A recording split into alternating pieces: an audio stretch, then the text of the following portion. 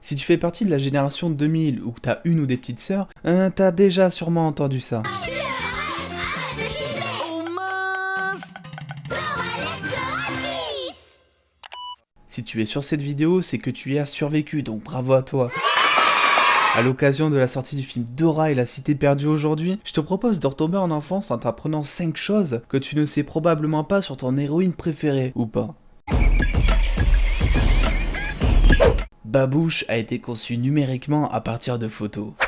Et oui, dur pour les réalisateurs de passer à côté d'un des personnages principaux de la série. Afin de rendre Babouche le plus réaliste possible, le superviseur des effets visuels Andy Brown a déclaré s'être servi de photos de capucins que l'on trouve très fréquemment en Amérique centrale. Toute l'équipe d'effets spéciaux s'est ensuite empressée, vous l'imaginez, de créer un modèle 3D du singe en gardant les couleurs originales du dessin animé. Bah oui, il faut être un minimum fidèle. Chose surprenante, c'est Danny Trejo qui double Babouche, l'acteur connu pour ses rôles haut en injure et en machette, donc le petit Babouche n'est peut-être pas si doux que ça au final.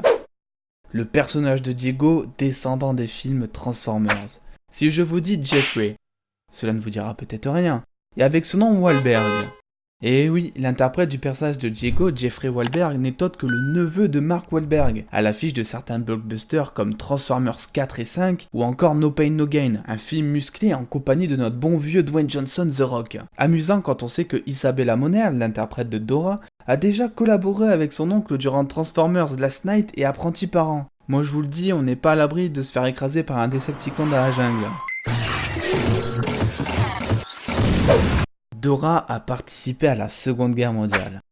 Et oui, derrière ces airs de personnes bienveillantes et ces phrases à répétition qui te donnent envie de t'arracher littéralement les oreilles, se cache une véritable machine de mort.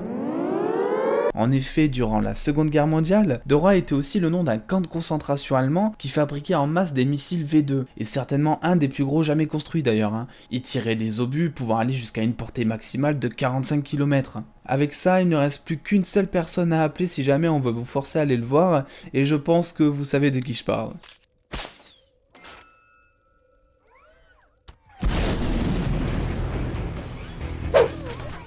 Des décors en carton.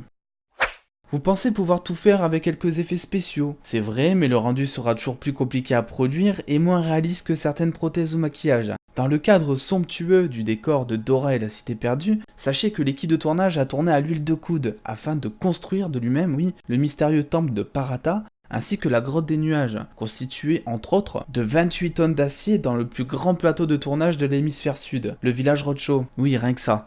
Au passage, le village Roadshow a entre autres accueilli les différents tournages de Mad Max Fury Road, Ready Player One, Je suis une légende, Gatsby le Magnifique, et encore d'innombrables films à haut budget. Et oui, il faut croire que ça paye d'être explorateur. Elle s'est mise bien la petite Dora quand même.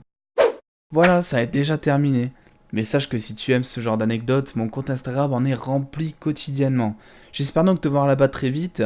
Je vous dis sûrement à la semaine prochaine les dos, et en attendant je vous fais des bisous les dos.